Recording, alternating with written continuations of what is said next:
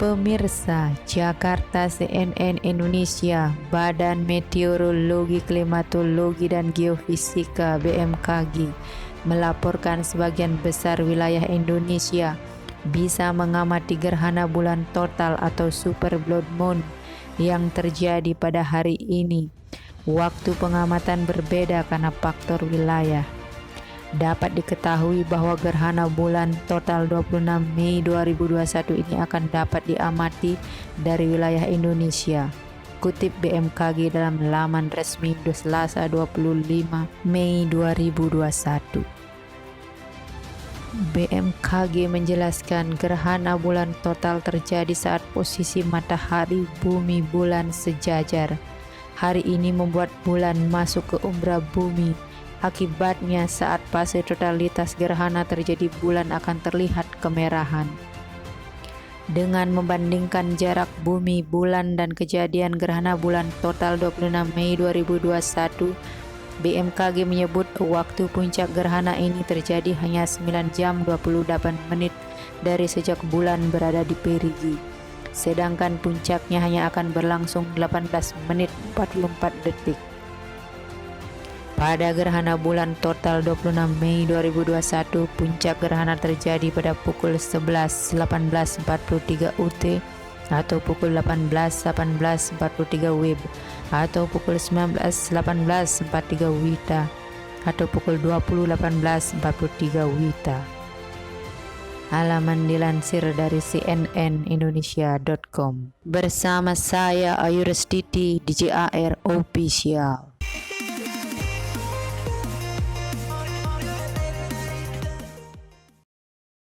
Bulan kepangan atau gerhana bulan terjadi ketika posisi bumi berada di antara bulan dan matahari, sehingga sinar matahari tidak dapat mencapai bulan karena terhalangi oleh bumi.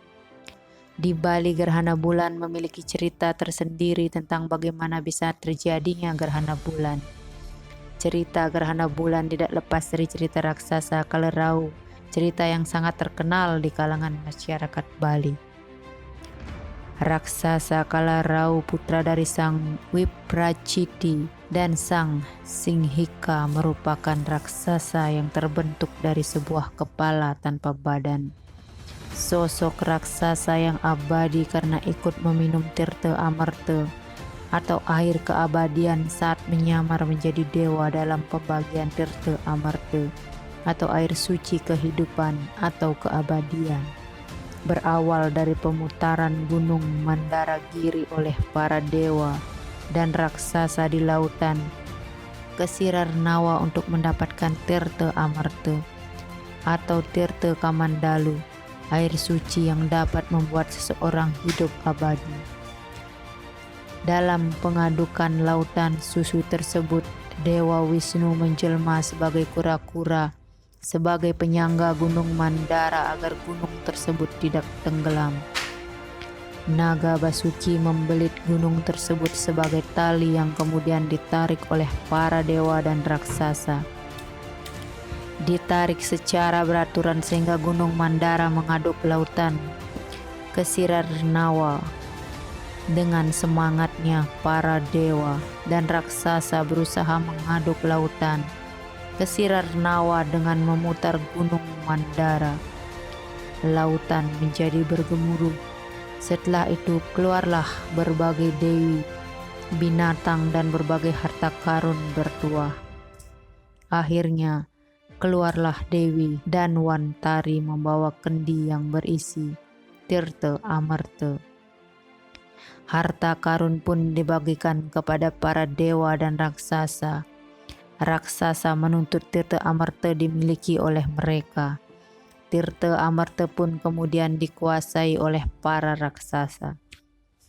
Melihat tirta amarta berada di tangan raksasa, Dewa Wisnu menjadi khawatir dan memikirkan siasat untuk merebutnya. Dewa Wisnu pun mengubah wujudnya menjadi seorang dewi cantik bernama Mohini untuk memikat hati para raksasa. Mereka pun akhirnya terpikat oleh kecantikan Mohini dan menyerahkan tirta amarta tersebut kepadanya. Setelah mendapatkan tirta amarta, Dewi Mohini pun lari sembari berubah wujud menjadi Dewa Wisnu. Di Wisnu Loka, tirta amarta pun dibagi-bagikan kepada para dewa, sehingga mereka hidup abadi. Mengetahui hal tersebut, raksasa yang merupakan anak Sang Wipraciti dan Sang Singhika bernama raksasa Kalerau merubah wujudnya menyamar menjadi dewa dan pergi ke Wisnu Loka untuk mendapat minum tirta amarta tersebut. Tepat ketika raksasa Kalerau yang menyamar tersebut mendapat giliran meminum tirta amarta, Dewi Ratih memberitahukan kepada Dewa Wisnu bahwa dewa itu penyamarannya dari raksasa Kalerau. Dewa Wisnu kemudian melemparkan cakramnya dan memenggal kepala raksasa Kalerau. Tetapi pada waktu itu tirta sudah terminum hingga di bagian leher, sehingga raksasa Kalerau dapat hidup abadi tapi hanya sebatas. Sisa penggalan berupa potongan tubuh tanpa kepala tersebut jatuh ke bumi dan menjadi lesung, kentongan dan batang pohon. Raksasa Kalerau tahu bahwa rencananya gagal karena Dewi Ratih atau Dewi Bulan. Maka pada suatu waktu di saat sang Dewi berjalan-jalan di angkasa, raksasa Kalerau mencoba mengejarnya mendekap dengan cara menelannya. Manusia di bumi yang mengetahui bahwa badan raksasa Kalerau yang jatuh ke bumi menjadi kantongan berusaha menolong Dewi Ratih untuk mengalihkan perhatian Kalerau. Masyarakat Bali memukul-mukul kentongan agar ia mengurungkan niatnya menelan Dewi Ratih. Kalaupun Dewi Bulan berhasil ditelan oleh Kalerau, tentunya ia akan keluar lagi melalui leher yang putus itu. Begitulah setiap raksasa Kalerau menelan Dewi Ratih, terjadilah gerhana bulan. Itulah cuplikan kisah tentang terjadinya gerhana, khususnya gerhana bulan, yang masih diyakini masyarakat Hindu di Jawa dan Bali.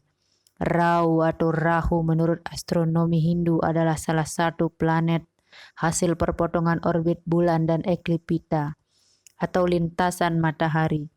Menurut astronomi Hindu ada 9 planet Narwagraha yang mengelilingi bumi. Paham geosentris yaitu Aditya, matahari, Chandra, bulan, Manggala, Mars, Buddha, Merkurius, Brahaspati, Jupiter, Sukra, Venus, Shani, Saturnus, Rahu, simpul atas, dan Ketu, simpul bawah. Urutan nama-nama planet kecuali Rahu dan Ketu diadopsi menjadi nama-nama hari dalam pekan 7 hari Saptawara, yaitu Aditya Minggu, Chandra atau Soma Senin, Manggala atau Anggara Selasa, Buddha Rabu, Brahaspati atau Guru Kamis, Sukra Jumat, Shani atau Saniscara Sabtu. Dalam cerita memiliki makna keimanan dalam diri setiap orang. Musnahkan sifat-sifat raksasa dalam diri. Jangan menjadi raksasa Kalerau. Nuju petang atau ketika kegelapan datang, orang yang berilmu pengetahuan hendaknya seperti bulan purnama, memberi kesejukan dan penerangan bagi semuanya. Dilansir dari culekpamor.blogspot.com.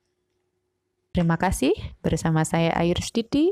Jangan lupa like, komen, dan subscribe. Jangan lupa juga share ke media sosial kalian. Terima kasih.